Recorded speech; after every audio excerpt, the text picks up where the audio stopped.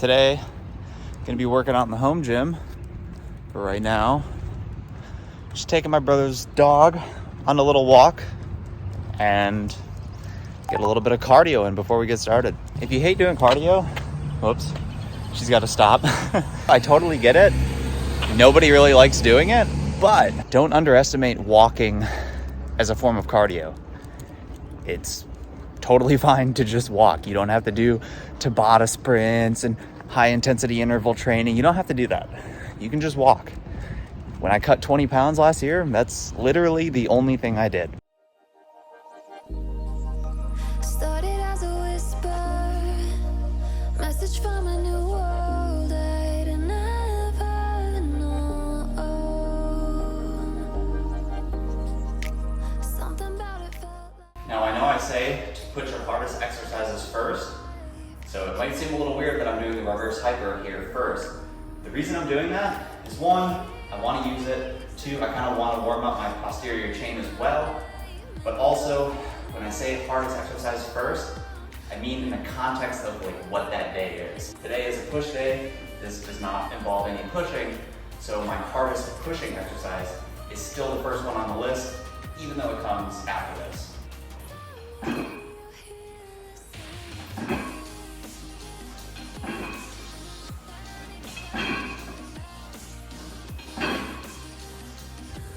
Don't forget to chalk your hands.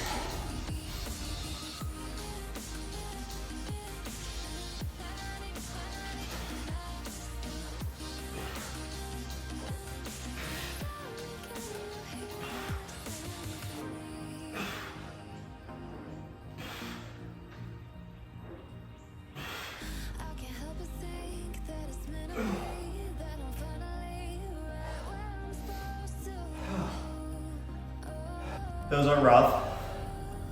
They're not fun to do. But aside from the pseudo planche push-up, this is the best exercise to make gains on your planche strength. Pseudo planche push-ups, if you can't do tuck planche push-ups yet, but once you get there, do tuck planche push-ups and your planche strength will skyrocket. Another thing I've been experimenting with lately are smelling salts. This is called Ammonia Sport Aqua. It smells like death. If you want to see the first time I tried doing it. Oh my, oh, that was not an overreaction, holy crap. But yeah, it wakes you up, just jolts you. It feels like you got punched in the face almost, but it's amazing for getting alert real quick when you really need to exert yourself for something like tuck planche push-ups. It's worth a try, I'll put a link in the description. The other thing with tuck planche push-ups is you have to be very patient. It's a hard exercise, and when I could first do it, it was like 2 reps, 3 reps, maybe. If I was like really feeling good that day, like 4. Whereas now, I'm doing 3 sets of 8. I could go higher, but I wanna make sure I have even reps all across rather than doing like 12 and then 5. But be patient with this exercise. If you're just doing like 2 or 3, that's totally normal, that's expected. Just keep grinding on them, keep working. And as I lose my balance here, your reps will go up. Just keep showing up, keep doing those push-ups. And I don't know if you guys heard that. That's my rest timer. I gotta get back into it. Now it's time for some handstand push-ups against the wall. Overhead pushing strength is something I really need to work on. And it's not that big of a surprise because I spent a good amount of time not even doing handstand push-ups. But I need to get back on that train my overhead pushing strength, and this is one of the ways I'm doing it. Make sure I'm lined up so I don't hit these bars.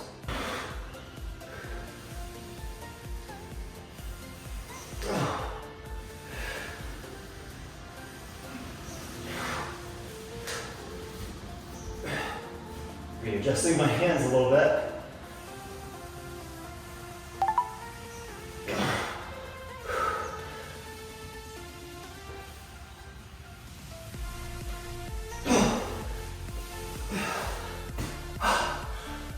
Those suck. If you're training handstand push-ups, Once you're done with that, let's say you can only do like 2 to 4 reps like what I'm doing, you can follow that up by just doing handstand push-up negatives. So kick up just like I did, just slowly control that descent, reset, do that.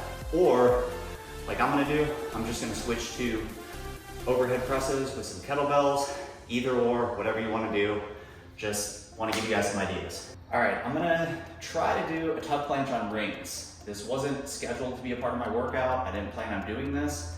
I've never even really done planche progressions on rings, but I have them here and I thought, why not give it a shot? So we'll see how it goes. Whoa. Let's try that again. Be careful. Maybe I should get stable first before I start moving into the tuck planche position. Get stable first.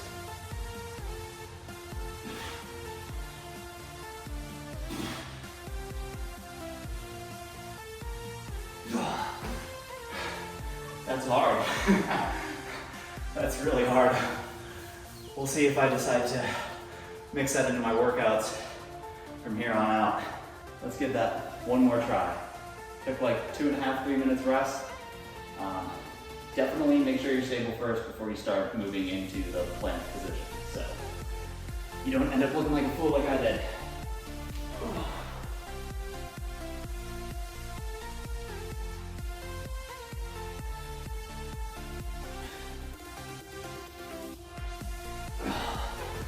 Man, it is really hard to lock out your elbows.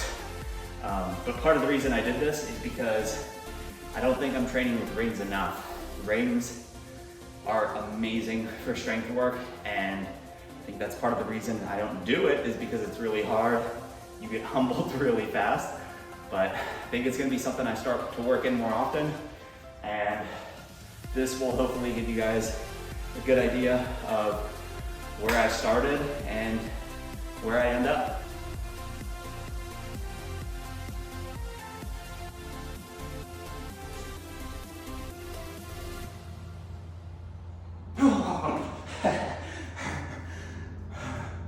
Close one. Now, because I didn't do handstand negatives, I'm gonna do overhead presses with this kettlebell. This is a 44 pounder.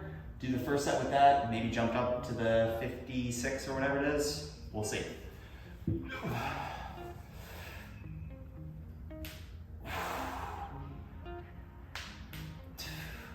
Sounds like an old man.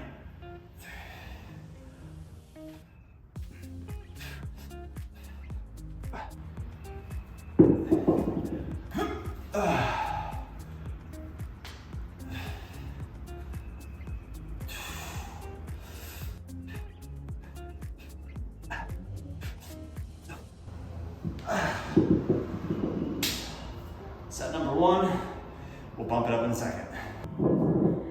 Round 2, this time we're using the 53 pounder. I'm gonna go for 8 reps, but we'll see. This thing is heavy.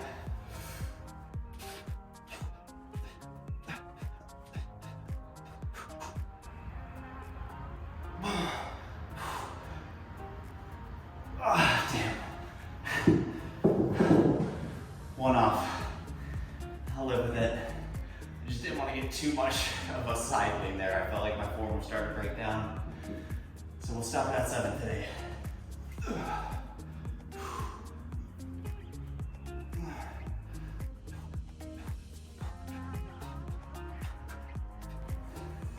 Really?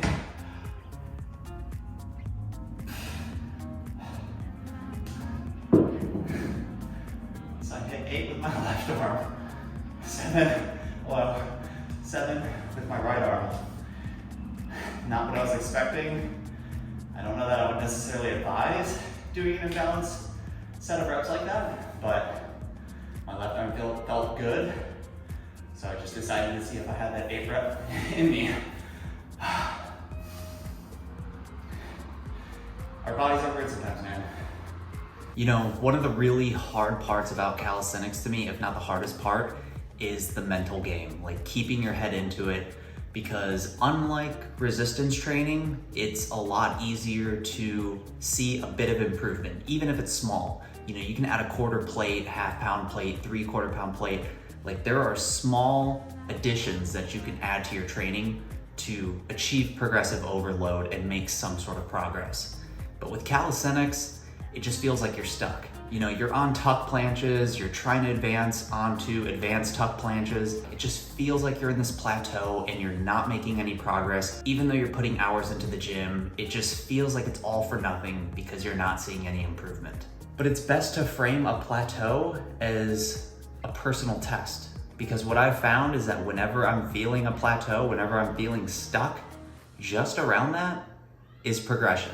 Just beyond that is me finally hitting that progression that I didn't think I would hit. So if you're feeling stuck, try to be a little bit optimistic, because for all you know, there's a big jump right around the corner. I hope you guys enjoyed that video. If you did, please like the video and consider subscribing to the channel. It's 100% free and it's the greatest way to support me. It really does mean a lot. And if there's anything you guys want to see me cover in a future video, just leave a comment below. As always, thank you guys for watching, and I'll see you in the next video. And not only was that the only form of cardio that I did last year when I was cutting weight, but it's also the only form of cardio I'm doing this year as I'm trying to cut weight again for summer. So if you want to know how to do that, if you want to know how to get your diet just right, get your nutrition right, so that you can lose weight and burn that fat that you're trying to get rid of, I wrote a book specifically for that called Burn Fat at Work. It's available now. I promise you, if you buy that book, follow everything within it, do it for 3 months, you will lose weight. And if you don't, let me know. I'll give you your money back.